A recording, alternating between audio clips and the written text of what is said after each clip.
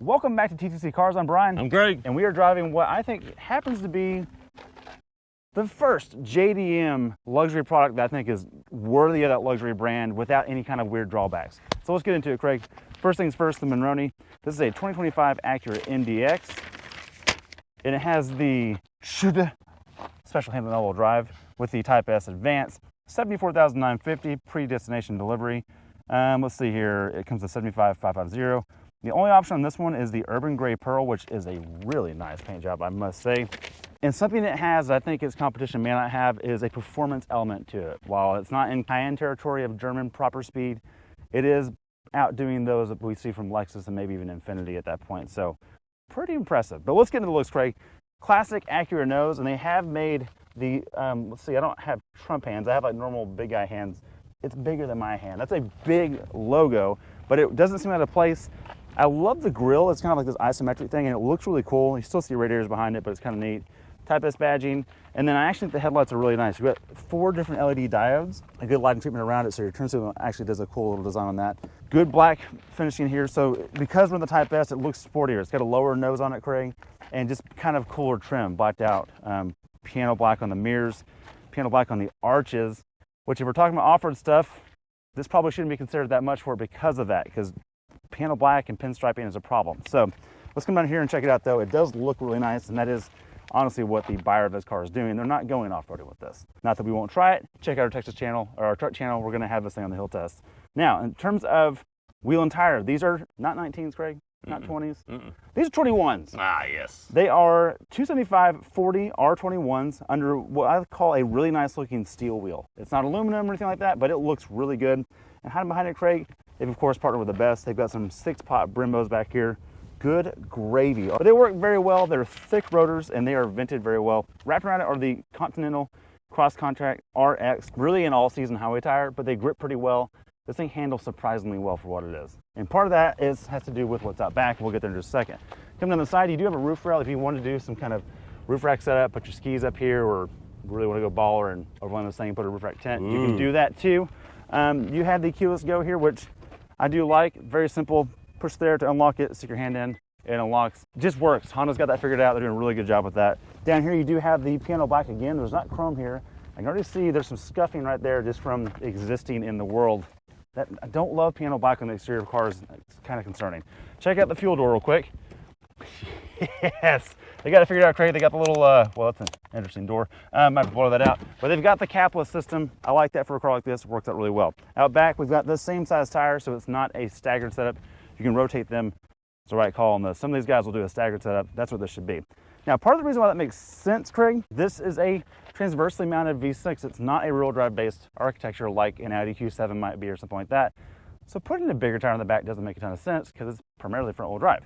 But coming out back, that looks really good on 3/4. That's a good looking car. I found myself several times after parking this and walking away looking back and going, that looks good. Proportions are there. I'm happy with it. Coming on down, Craig, you do have no trailer hitch. I don't see even provisions for one.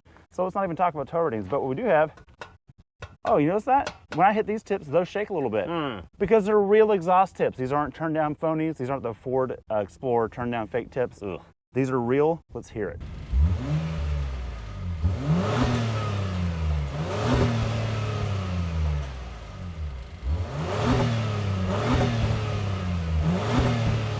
I can already tell by the look of Craig's face, it sounds like a sewing machine. Does it sound like a sewing machine, Craig? It sounds like nothing. Dang it! These tips look so cool. Looks like they borrowed these off a GT500, and I love that they exist. I guess if you buy this thing, just chop the muffler off. Let's check. Yeah, just drill some holes in it. You'll be fine. Okay, there you go. Let's do the Dodge Charger method of just not using mufflers. Let's hop up front. Hopping up front, Craig, we have, a hydraulically assisted hood, which artificially feels light at least, and 3 liters of turbocharged Fury. 355 horsepower, 354 foot-pounds of torque, and there's your turbo right there. Not a twin turbo, single turbo. That thing's pretty big for a factory motor.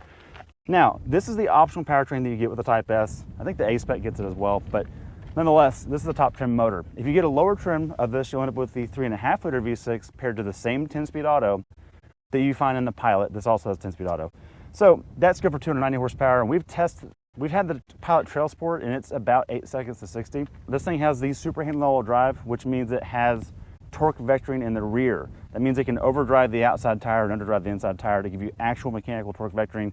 I have had this thing on the back roads and it will rotate if it needs to. It's kind of cool, kind of fun, not what you expect from front-wheel drive base setup. All right, let's get into the 2025 MDX. This has been refreshed mildly by Acura. We drove this a few years ago, but there's been some updates. Let's get into them. First off, we've got an automatic lift gate, which, well, not surprising there. Everything has that these days, Yeah, it works. especially in this segment. And look, we don't have a lot of room right now, but that's because the third row is up. But we're going to fold those down in a second. Wait, because you have one. Because you have a third row. Right. This is actually the game changer with this car compared to some others in its segment. You get the third row. If you have to have a third row, you're stuck in things like TXs and some other vehicles we're not as fond of, and that changes things. But Honda packaging still works here. You can put this tray lower if you want and have more room. Of course, we've got all our gear in here, so we're just going to ignore all that right now. Or you can flip it over and have hard, because you know it's going to be, maybe you don't want to get something on the carpet. Well, yeah, flip it over. This is the Honda thing. Like, it latches? Yeah, it latches, so that's pretty cool. And you can make it lower or higher. Pretty cool. Your battery's back here. I don't know if that's for performance thing and balance. Who knows? Maybe. You do get a power outlet, 180 watts. It's just a, you know, old 12-volt thing, but that's cool. If you need a smoke back here. Yeah, but let's fold these seats down. They're manual, which, Brian, I'll be honest, kind of like that better than all the power ones because it just works. You know what that's never going to do? Break. Never going to break. But now look at all the room you get. You get plenty of room back here. You can put your tires for your race car, your Honda S2000, thank you, or whatever, and you get plenty of room. But let's pull them back up, see how hard that is. Pull yours up. Oh, whoa. That was easy. Wow, that's innovative. Before we go to the second row, I want to point out this right here. This rear glass is actually a little different, part of the refresh, which is why we're also getting less NVH. So just wanted to point that out. Well, what's different about it? It's a little thicker. It's double laminated. Yeah. Yeah. 3, 2, 1. It's locked. 3, 2, 1. All right, let's check out the second row. Let's get in here and start with the door first. Brian, one of the options you get in this package is the peasant blocker. Thank you very much. We don't need people to see us because we're in that world now. Maybe it's a Canadian that sees you honoring the tariff. Oh, great. Watch this. 25%. All right. Moving on down. Sorry, Phil. That's for Canadian Phil. Inside joke. You do have padded door sill, and then you also have a nice door pull, which has got this, Brian, this is Milano leather. Ooh. That color, you notice it looks like a blue? Yeah. Wrong. Orchid. That's an orchid color. Yep. And you get this wood inset too, which is also unique to this particular trim. And we get plenty of cubbies, just like Honda packaging, you know, everything they do. Hit the little button here, we go to the back, and let's see what kind of room we have. We should have room because, you know, it's basically a Honda Pilot, and it's not bad. I'm not gonna make Brian get back here because it's not designed for people like that. And it's not gonna fit. But we get USB chargers and cup holders and no vents. But, you know, it seems tighter than a Pilot. It is definitely tighter than a Pilot because the Pilot is actually pretty good amount of room here. What I do like, Brian, is we do get the nice Milano leather up here, which is really nice, and I really do like this orchid color, orchid blue, whatever. Really good. And then if you fold this down, I like this seating arrangement because you get 2, 3, 5, 6, 7, or look, it's almost like having captain's chairs now because they get the nice cup holders and a big pass-through. That's a nice layout. That makes it pretty kind of, you know, versatile. Yeah, versatile. And then we pull here and we can go forward or we can go back. Now we have plenty of room, so we actually have more legroom. I'm sitting behind Brian, who's 6'4". Yep. I'm 5'9". I've got plenty of room, and I could actually sneak a little more room for the people in the back if I had to. But Brian, you get in here. Let's see what you got. All right, Craig. Let's see what we got here. I'm coming in. The seat's in a reasonable position for an unreasonable human. I will say I can't fit my toes under the seat when it's all the way down. That is kind of weird. It is all the way down. Okay, so that can go up. If the front seat was up a little bit, I'd have more room. I am kind of touching the roof, but I can definitely tell you I've been in worse second row seats. Okay, and part of it is we do have a pano. That is definitely coming into play a little bit with Brian's head situation. Yep. You could pimp it out some and probably get some more room. Let's try that. That would probably help some. Kind of just moves it back. It's definitely a little snug, but we've seen snugger. Yeah. But there's way more room in the Pilot.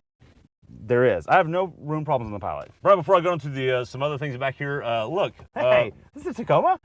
Because there's 4 of them. Okay.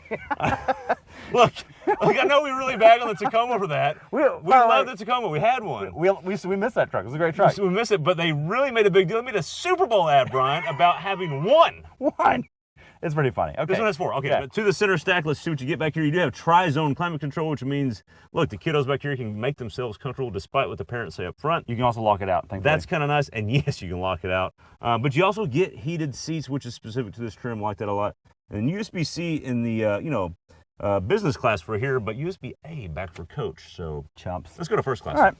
All right, Brian, let's get into the front and check it out. But we got a nice padded door sill, not surprising there. The door pull, just like the second row doors.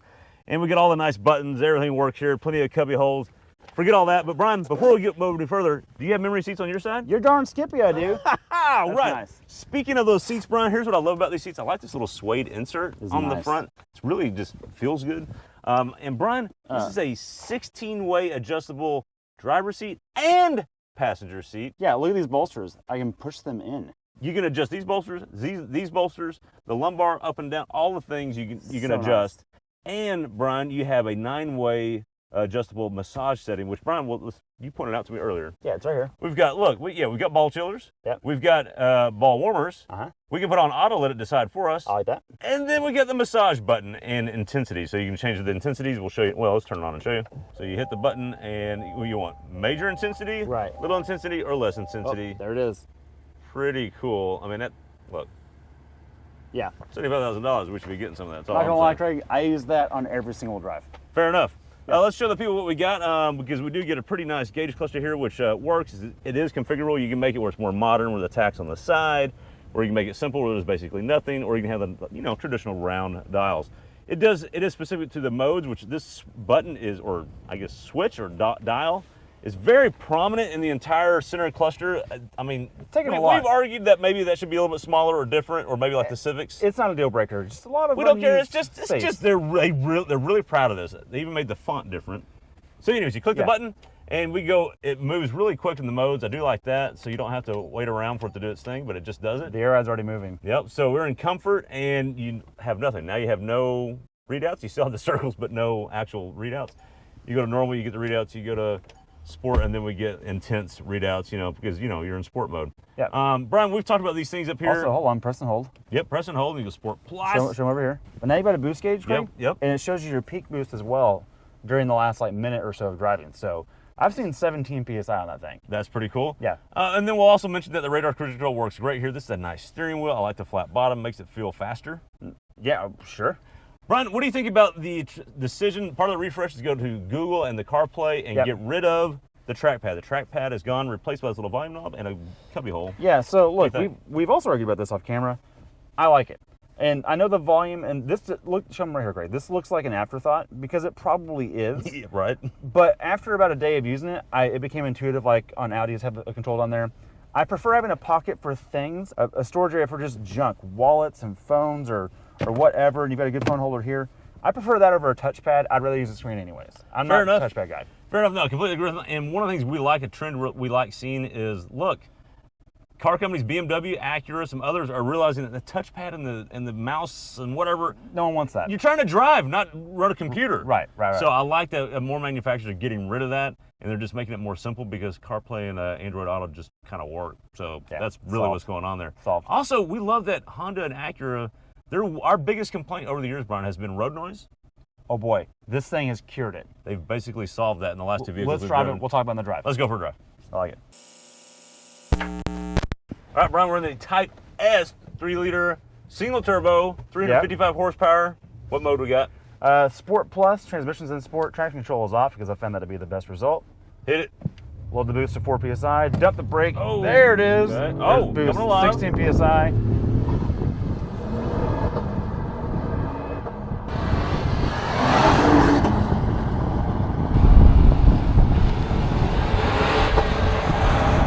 Holding 16 head on peak boost and 60. Okay. Wow. 6.21 with me in the car. Okay. Brian, what did you get without me in the car? 5.54. No way. We beat car and driver's number. Okay, so look, but that shows the consistency of the times. Yes. And it means that our thing's accurate too, by the way. Yeah. So you haters. Also, Brian, it means our butt down is very accurate. Dialed to the T. We talked about this before we filmed today. What do you think the 0 to 60 time is? I go, I don't know. We both agreed. We think it's sub 6. Yes, we said that. Yeah. So confirmed. Quite fast compared to the naturally aspirated 3.5 10-speed in the Pilot. We got 8.09. Right, which should be about the same. Now, Car and Driver claims that gives them 6.5 to 60. We didn't get that on a hot summer day. It was a hot summer day. And a slightly heavier Trail Sport Pilot, but that's same true. It was a Trail Sport too. That's true. So, but all that to say though, This single turbo 3-liter V6 does rip. Okay, let's get that out of the way real quick. The 3-liter single turbo V6, good power. It down low, peak torque comes in at 1400 RPM, and you feel every bit of that. It doesn't fall off up high because it shifts early enough. It shifts at like 5600 RPM. Like it's hiding its diesel nature, but it does, the way they program fake noise in here and the way that it shifts so rapidly, you don't feel like it's falling off because they don't waste your time with 1000 RPM that you don't need. Okay. Speak to the shift rapidly part, because Okay. anytime you start getting 8, 10-speed autos, you need that, and how does it help? So what it does is it allows you to have really stacked gears down low, which this does. So by the time we hit 60, we're through 3 gears, about to hit the 4th gear. But the 10-speed that's in here actually is very active. It has never missed a shift in the time that I've driven it. Around town, comfort, ripping back roads, whatever, it's always in the right gear. Like that a lot. Now, back to the super handling all-wheel drive, the torque vector in the rear. I love there's a readout in the cluster that tells you where the power is going. Yeah. And on a left-hand turn with a lot of throttle, that right rear is getting a lot of juice going to it. As it should be. And it feels it because it turns in really well. So I found myself feeling like I'm in a JDM Golf GTI more so than you would ever think. So high praise, that's legitimately good, and liked it a lot. So my history with the JDM cars, Craig, is like, where's my headroom? Why is it so noisy? Why isn't it faster? That's not happening here at all. Well, this also isn't a JDM car. They don't make this in Japan. So there is that. Oh, there Brian. is This that. is made Okay. for America by Americans. Yep. Look, we trashed some previous Ohio products because nothing special has come out of Ohio. So Ohio. This is actually kind of special. Something's good Yeah. coming out of Ohio. So Yeah. good job, Ohio. This is actually a great product. I'm going to speak to the comfort side of it, Brian. Please do. You can put it in comfort mode, Yep. and Brian, you have the Which- adaptive suspension We're in right now, by the way. with the air ride. We have not hit air ride. Air ride's a huge deal, by the way. 21-inch wheels and tires. Could have fooled me. And that's exactly it. And the Could've fooled me. and the NVH. Acura's made some Big moves. big moves Yeah. to make the NVH better, and it's paid in dividends. It's paid in spades in this vehicle. It works. I drive on noisy county roads. Yep. And I drive in a bumpy neighborhood. This handled everything quite well. I love that. And I had the same result in my urban drive. I have some choppy, broken pavement, not the rural stuff you're dealing with, but it handled all of it in spades. And the biggest problem I've had with Acura as a brand, and I'll just put it out there, I don't think it's been competitive in the MVH category I expect from a luxury brand. Lexus has always been a little bit quieter because they're not as engaging. They have more sidewall on the tires, that kind of stuff. My wife just came out of an Audi Q7, way more refined than a 2017 Acura product. This and the Q7 are like trading punches. They're both quiet on the highway. The only place this lets you down is over 70 miles an hour. It doesn't have that German Autobahn thing going on, but where you use it, it's got all the power. It's fine. Well, yeah, my wife didn't want to give this car up, so if there you Acura go. doesn't get this car back, you'll know We'll know what where happened. to go. Here's the proof. It's on video. Craig's house. And Brian, last thing I forgot to mention when I was doing the interior, 31 speaker system, 31. You say it's a little, maybe it could have a little more, more bass to it. a little more bass, but the clarity is incredible. I heard some things I haven't heard on other songs and other vehicles before. It was impressive, and I listened to a lot of talking, crystal clear. That's Love high it. praise. Yeah. All being said, good job, Acura. Good car. Honda Acura's on a roll right now. And they are. I got some hits. They really do. That's all I got for this one. Thank you guys for watching. Anything else, Craig? Nope. See you on the next one. See you in the next one.